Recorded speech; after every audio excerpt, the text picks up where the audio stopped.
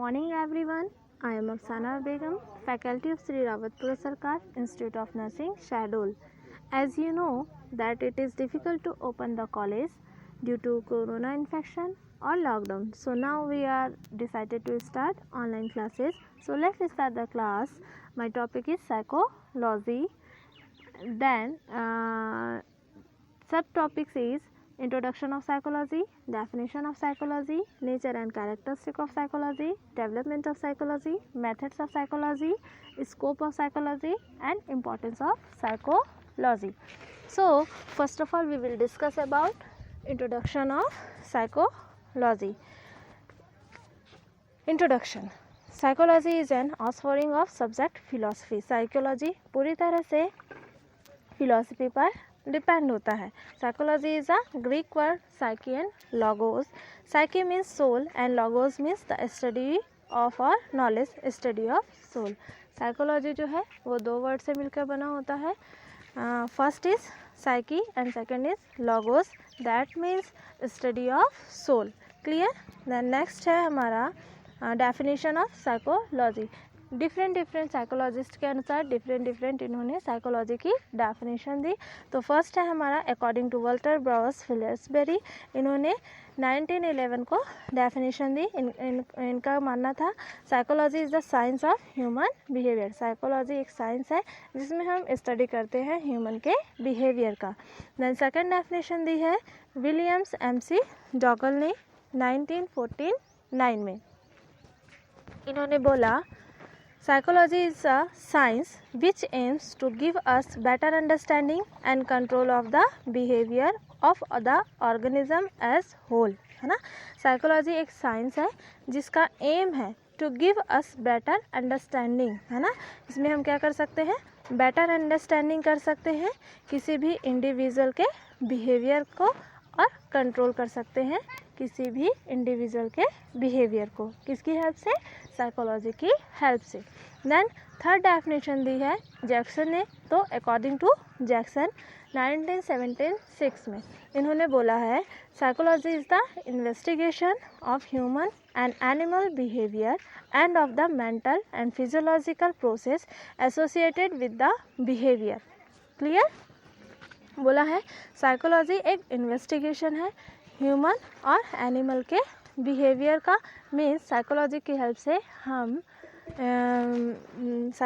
Help से हम animal और इंडिविजुअल या ह्यूमन के बिहेवियर को इन्वेस्टिगेट कर सकते हैं और as well as mental and physiological process को भी क्या कर सकते हैं, इन्वेस्टिगेट कर सकते हैं जो एसोसिएटेड होता है कहाँ से, इंडिविजुअल के बिहेवियर से. क्लियर. तो जो जैक्सन है उन्होंने एंड विलियम्स डॉगल ने एंड वॉल्टर ब्राउस फिलिसबेरी के अनुसार हमने साइकोलॉजी की डेफिनेशन देखी. इन तीनों का यही कहना है कि साइकोलॉजी के थ्रू हम क्या कर सकते हैं, इंडिविजुअल के बिहेवियर को इन्वेस्टिगेट कर सकते हैं, असिस्ट कर सकते हैं और अंडरस्टैंड और कंट्रोल कर सकते हैं. क्लियर. देन नेक्स्ट टॉपिक है हमारा nature, feature and characteristic of psychology. Psychology किस प्रकृति का होता है या किसे हम साइकोलॉजी बोलेंगे, है ना. तो ये हम देखते हैं नेचर में. फर्स्ट है हमारा psychology is the science of behaviour and mental process. हमने पहले ही बोला है कि साइकोलॉजी क्या है, एक साइंस है. किस चीज़ का साइंस, मेंटल प्रोसेस का, है ना, जिसके थ्रू हम क्या कर सकते हैं, इंडिविजुअल के बिहेवियर को असेस कर सकते हैं.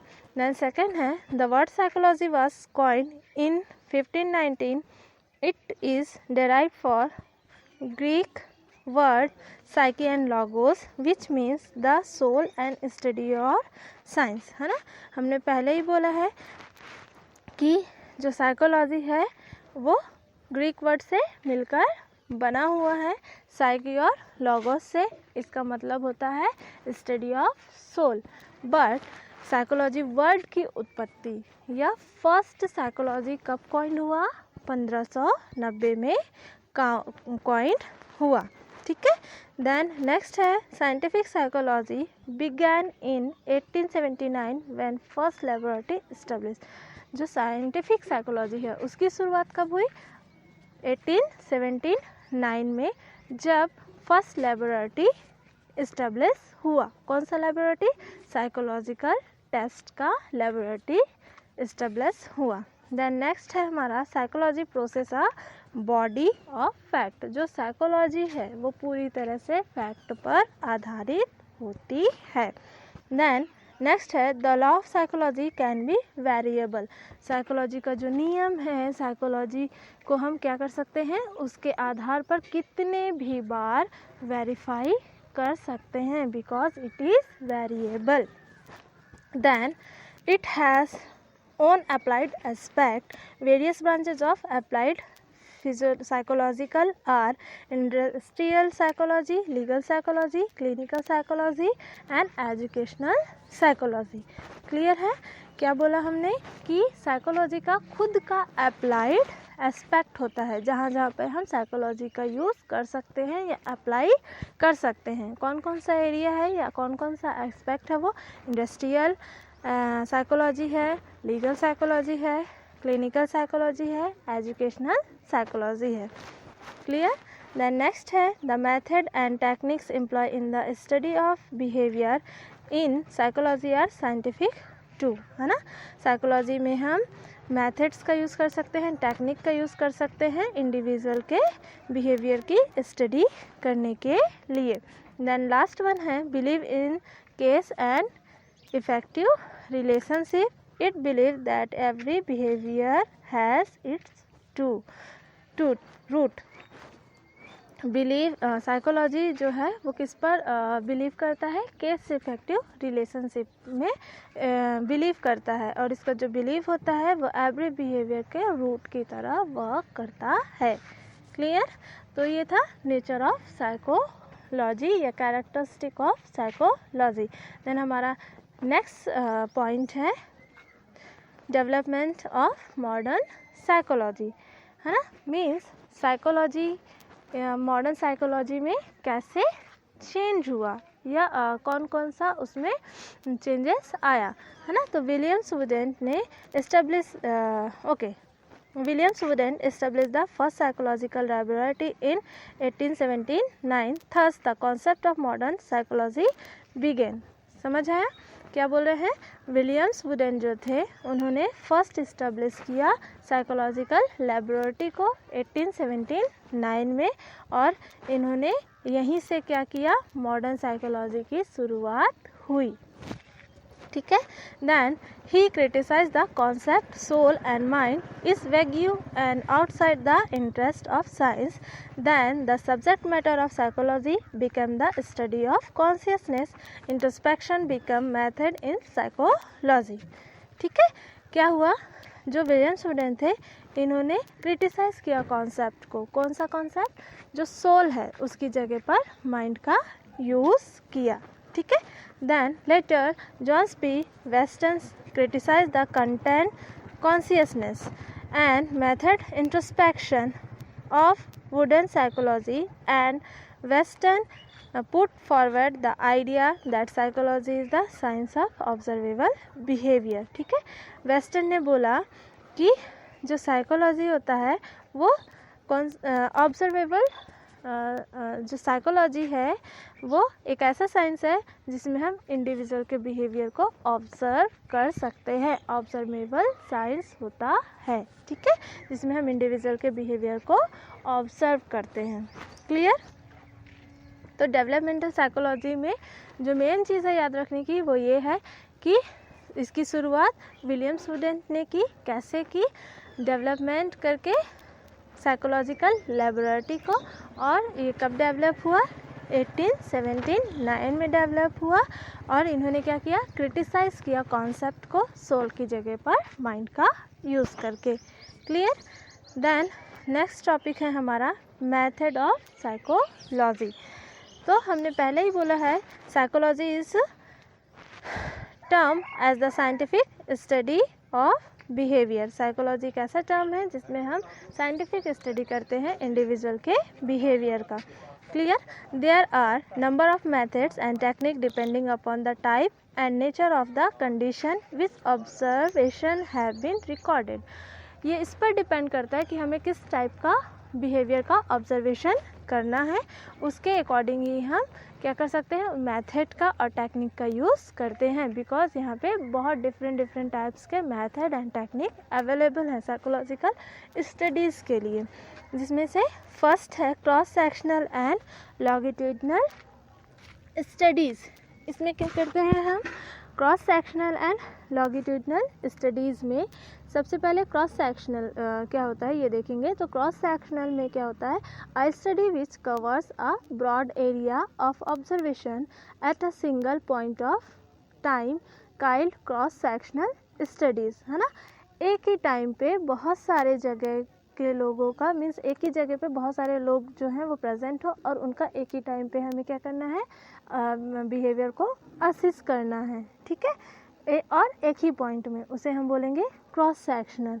एंड सिमिलरली लॉन्गिट्यूडिनल स्टडीज़, तो लॉन्गिट्यूडिनल स्टडीज़ में होता है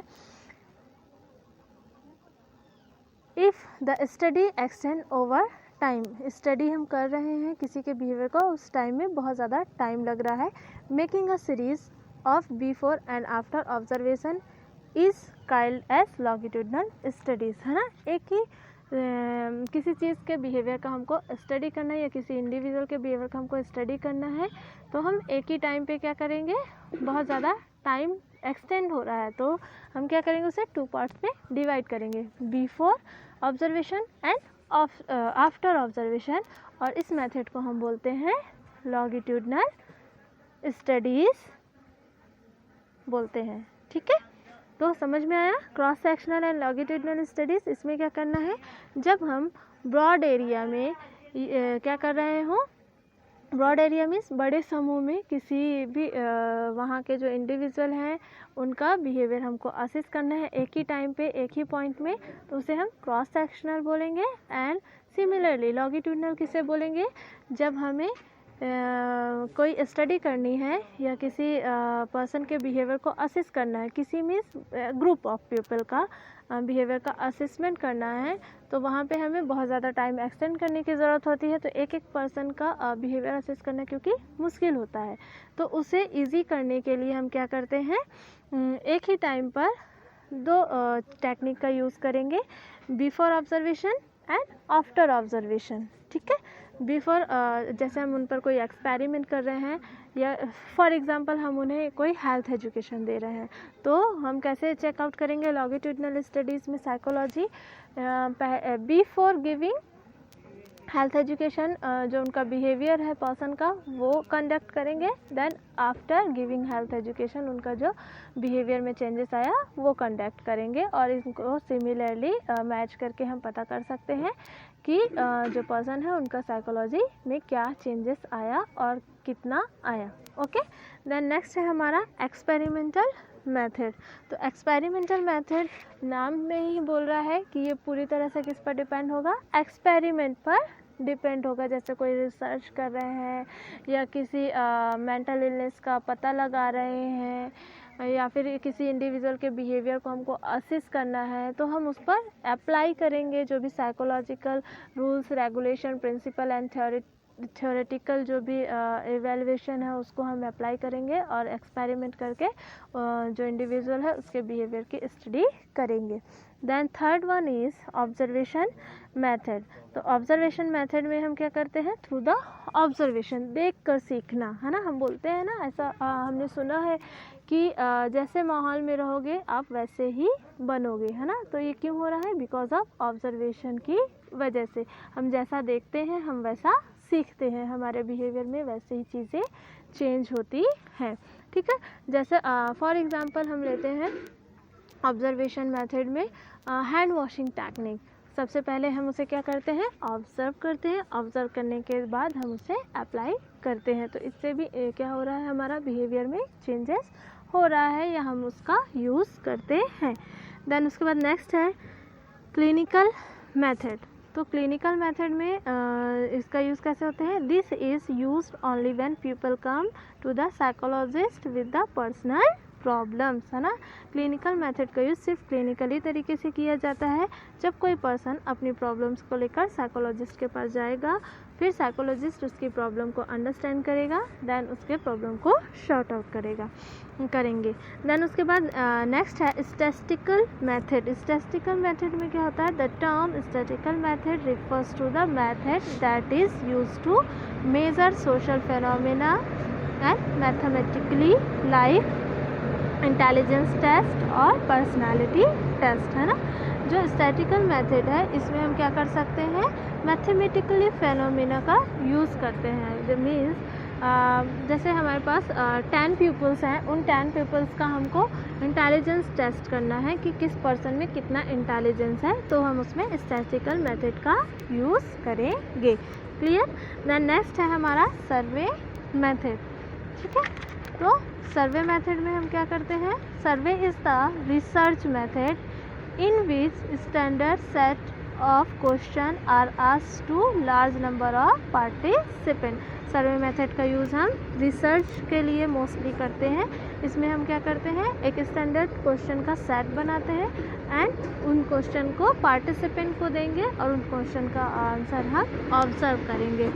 ठीक है, जैसे हमने रिसर्च का कोई भी टॉपिक हो सकता है, लाइक सिजोफेनिया, है ना। सिजोफेनिया एक मेंटल डिसऑर्डर होता है।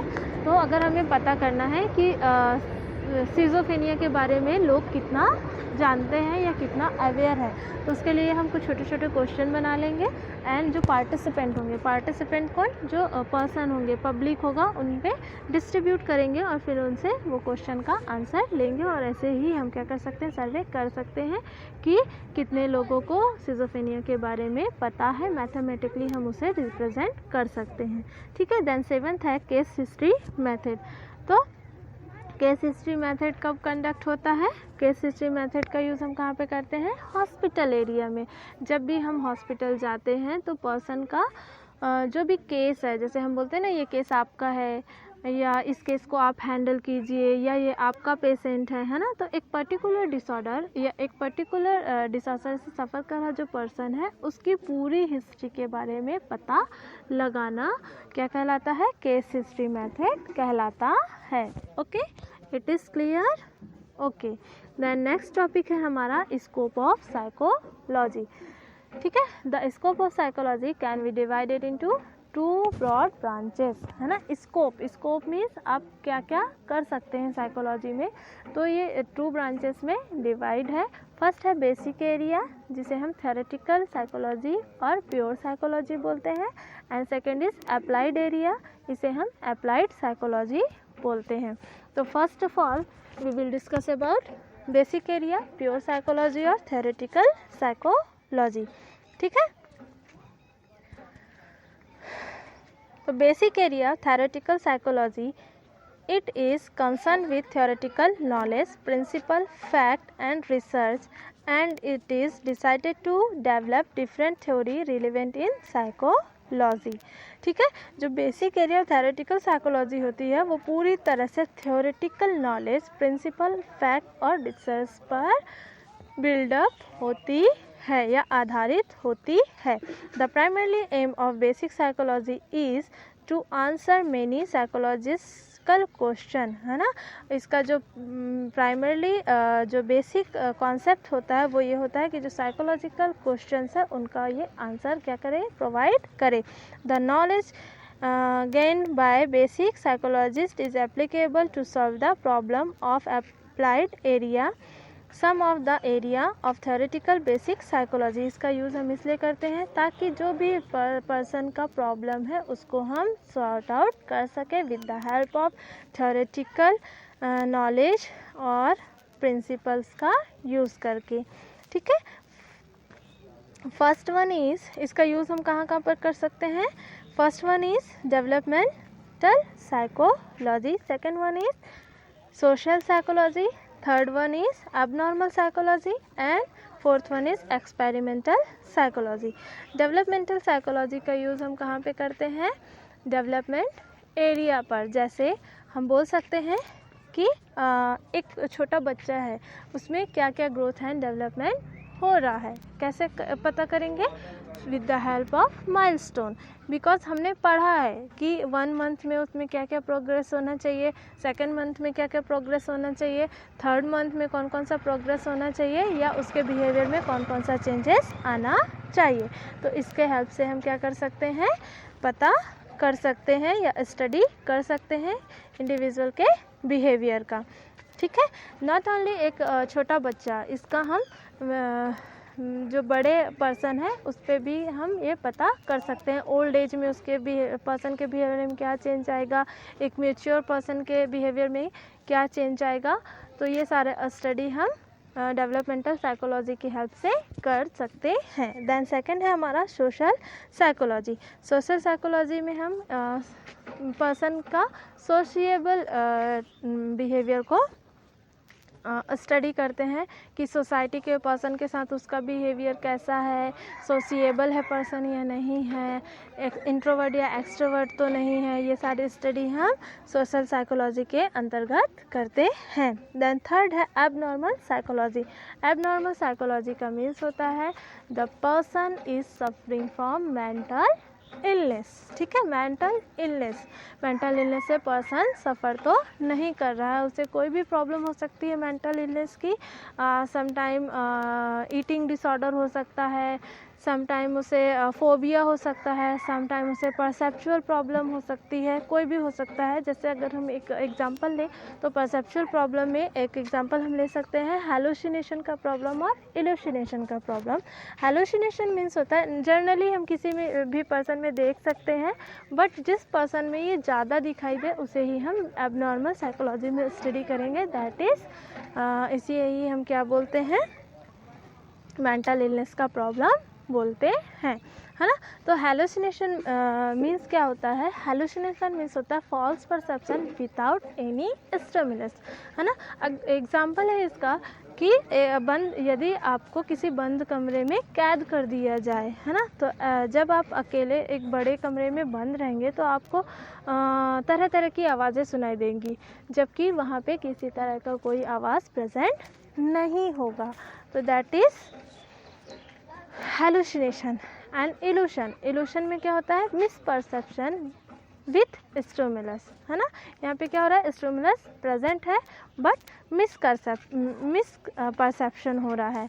मिस परसेप्शन किस चीज़ का हो रहा है, देखते हैं एग्जाम्पल। रस्सी को सांप समझना, है ना। सडनली किसी हमारे साथ ऐसा होता है, अचानक हम कहीं पे रस्सी पड़ी होती है और हमें लगता है कि वो सांप है, फिर जब हम उसे अटेंशन के साथ देखते हैं तब हमें पता चलता है कि वो सांप नहीं रस्सी है ना।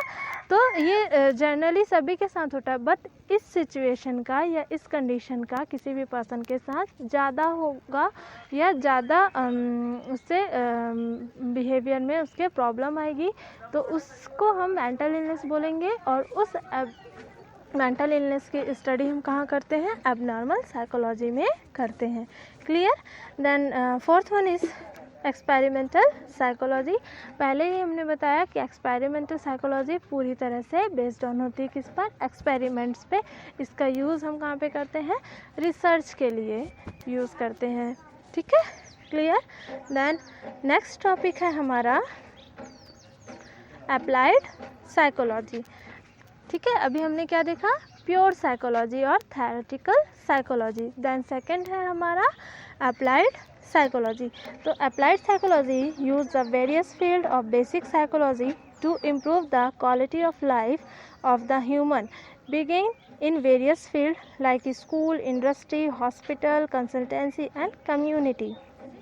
ठीक है, अप्लाइड साइकोलॉजी का बहुत ज़्यादा यूज़ है जो हम किसी भी फील्ड में बेसिकली कर सकते हैं, और ये क्या करता है, किसी भी इंडिविजुअल के लाइफ को इम्प्रूव करता है। कौन कौन सा एरिया है जहाँ पे हम साइकोलॉजी को अप्लाई कर सकते हैं, तो स्कूल है, इंडस्ट्री है, हॉस्पिटल है, कंसल्टेंसी है एंड कम्युनिटी है। ठीक है।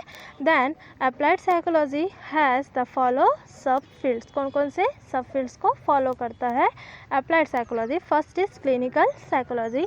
इन क्लिनिकल एरिया लाइक हॉस्पिटल, यहाँ पे हम क्या कर सकते हैं, साइकोलॉजी को अप्लाई कर सकते हैं। कैसे, क्लिनिकल एरिया या हॉस्पिटल में हम साइकोलॉजी का क्या यूज़ कर सकते हैं, कैसे यूज़ कर सकते हैं, तो हम बोलते हैं ना, लिखते हैं ना, psychology provide psychological support to the patient बोलते हैं ना, तो कैसे हम पेशेंट, हमें कैसे पता चलेगा कि पेशेंट को साइकोलॉजिकल सपोर्ट की ज़रूरत है? उसके बिहेवियर से हमें क्या करना है, असिस्ट करना है कि पेशेंट को साइकोलॉजिकल सपोर्ट की ज़रूरत है या नहीं।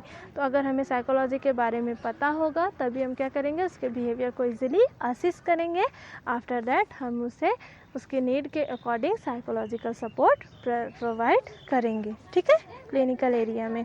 देन सेकंड है काउंसलिंग साइकोलॉजी, है ना। तो काउंसलिंग साइकोलॉजी भी में क्या होता है, जो पर्सन होते हैं वो अपना प्रॉब्लम लेकर काउंसलर के पास आते हैं। ज़रूरी नहीं काउंसलर, कोई भी पर्सन क्या कर सकता है, किसी भी पर्सन की काउंसलिंग कर सकता है। काउंसलिंग का मीन्स होता है जो भी प्रॉब्लम है उसे सॉर्ट आउट करना, ठीक है।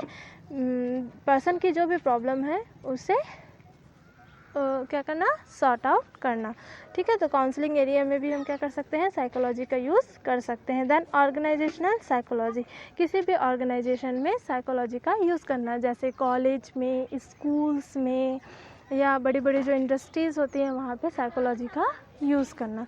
देन उसके बाद आता है हमारा एजुकेशनल साइकोलॉजी, है ना। तो एजुकेशनल साइकोलॉजी जैसे फॉर एग्ज़ाम्पल यही ले लो, नर्सिंग में साइकोलॉजी का यूज़, है ना। साइकोलॉजी का यूज़ है तभी तो हम नर्सिंग में साइकोलॉजी पढ़ रहे हैं, है ना। बिकॉज जो नर्स होती है उसे क्या करना है, नर्स इज़ अ की ऑफ द हॉस्पिटल, है ना। की होती है हॉस्पिटल की, उसे डॉक्टर के साथ भी एक अच्छा रिलेशनशिप मेंटेन करना है, उसे अपने कलीग के साथ भी एक अच्छा रिलेशनशिप मेंटेन करना है, उसे पेशेंट के साथ भी अच्छा रिलेशनशिप मेंटेन करना है, इवन पेशेंट के फैमिली के साथ भी अच्छा रिलेशनशिप मेंटेन करना है। That's why we are studying in psychology.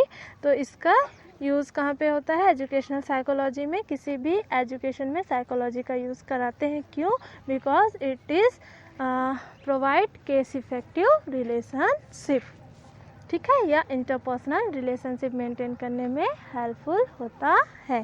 Then next है हेल्थ साइकोलॉजी, है ना।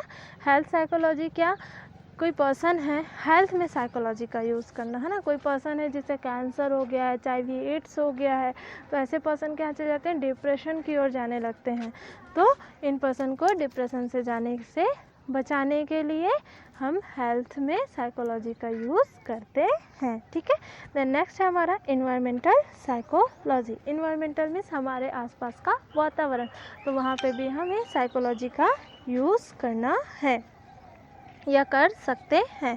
Then forensic psychology, forensic psychology का मीन्स होता है इन एमरजेंसी कंडीशन, है ना। एमरजेंसी कंडीशन में क्या करना, साइकोलॉजी का यूज़ करना या अप्लाई करना। फॉरेंसिक इन इमरजेंसी केस, कौन कौन सा एक्सीडेंट, लाइक एक्सीडेंट नहीं, यहाँ पे मेंटल डिसऑर्डर का इमरजेंसी का जो भी प्रॉब्लम क्रिएट होगा वहाँ पे साइकोलॉजी का यूज़ करना। साइकोलॉजिकल इमरजेंसी में साइकोलॉजी का यूज़ करना, लाइक पैनिक अटैक। आप लोगों ने जनरली देखा होगा पैनिक अटैक का जो पेशेंट होता है, पैनिक अटैक मीन्स होता है एग्जैक्टली जो पर्सन है उसे फिजियोलॉजिकल कोई प्रॉब्लम नहीं होती, फिर भी वो फिजियोलॉजिकल प्रॉब्लम को शो करता है। लाइक सडनली एग्ज़ाम है ना, फॉर एग्ज़ाम्पल कल से आपका यूनिवर्सिटी एग्ज़ाम है और आज से आप बोलोगे कि मुझे हेडेक हो रहा है या मेरे पेट में दर्द हो रहा है या मुझे चक्कर आ रही है, सडनली BP डाउन हो रहा है या हाई हो रहा है, तो ये पैनिक अटैक का एग्ज़ाम्पल है, ठीक है। तो फॉरेंसिक साइकोलॉजी में हम क्या करते हैं, ऐसे पेशेंट की जो बिहेवियर है उसे असिस्ट करेंगे, देन उसे हेल्प प्रोवाइड करेंगे। देन नेक्स्ट है स्पोर्ट्स एंड एक्सरसाइज साइकोलॉजी।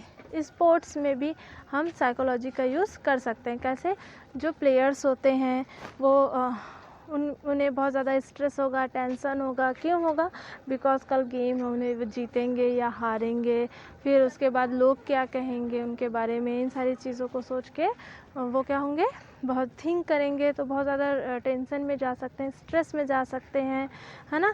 तो यहाँ पे भी हम साइकोलॉजी का यूज़ कर सकते हैं। कैसे कर सकते हैं साइकोलॉजी का यूज़, उन्हें थेरेपी प्रोवाइड करेंगे डिफरेंट टाइप्स का, जिससे उनका जो स्ट्रेस है वो रिड्यूस हो, जिससे उनकी जो टेंशन है वो कम हो, कौन कौन सा थेरेपी हम प्रोवाइड कर सकते हैं। म्यूज़िक थेरेपी प्रोवाइड कर सकते हैं, देन इसके अलावा डांस थेरेपी प्रोवाइड कर सकते हैं, माइंड डाइवर्सनल थेरेपी यूज़ कर सकते हैं, मेडिटेशन यूज़ कर सकते हैं, ठीक है। देन नेक्स्ट है साइकोलॉजी ऑफ वुमेन्स, है ना। साइकोलॉजी ऑफ वुमेन्स में हमें जो वुमेन्स होती हैं वो उनके लाइफ में बहुत सारे डिफरेंट स्टेजेस आते हैं, लाइक प्रेगनेंसी हो गया, लाइक डाइवोर्स हो गया, लाइक रेप हो गया, है ना। तो ऐसे टाइम पे दे नीड मोर अटेंशन और साइकोलॉजिकल सपोर्ट। तो जब हम इस कंडीशन को अच्छे से अंडरस्टैंड करेंगे तभी हम उसकी हेल्प कर पाएंगे।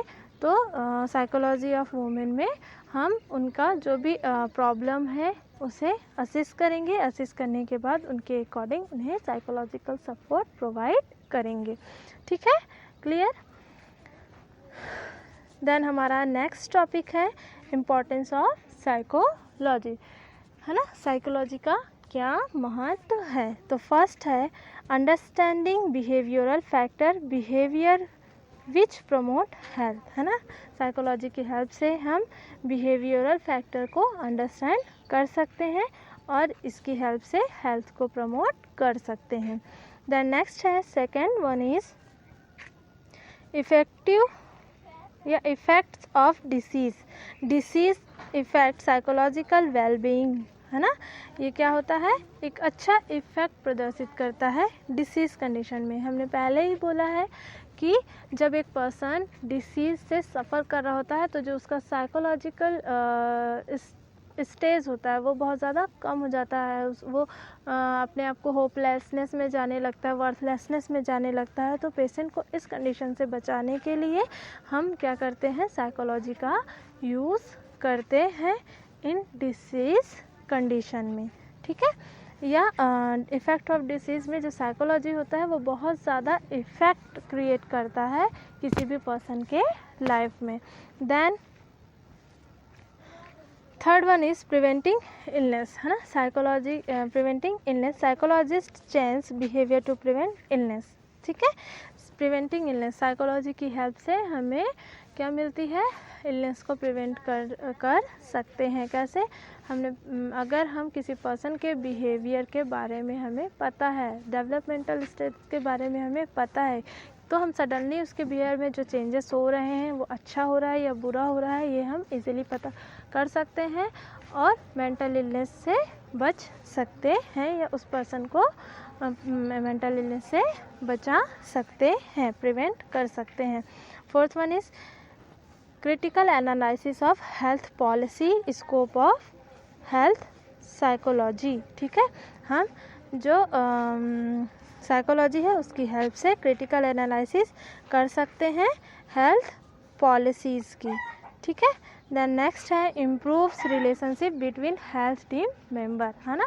हेल्थ टीम मेंबर के बीच में जो एक अच्छा रिलेशनशिप मेंटेन कर सकते हैं with the help of psychology.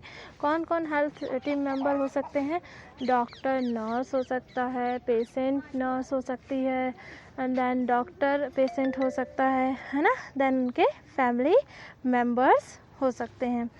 Then इनके अलावा कलीग्स, जैसे एक नर्स, अगर हम एग्जांपल लें तो एक नर्स को डॉक्टर के साथ भी अच्छा रिलेशनशिप मेंटेन करना है, उसके पेशेंट के साथ भी अच्छा रिलेशनशिप मेंटेन करना है, लेबोरेटरी वाले के साथ भी अच्छा मेंटेन करना है, देन पेशेंट के फैमिली मेम्बर के साथ भी अच्छा रिलेशनशिप मेंटेन करना है। इसके अलावा उसके खुद के जो कलीग्स हैं उनके साथ भी अच्छा रिलेशनशिप मेंटेन करना है।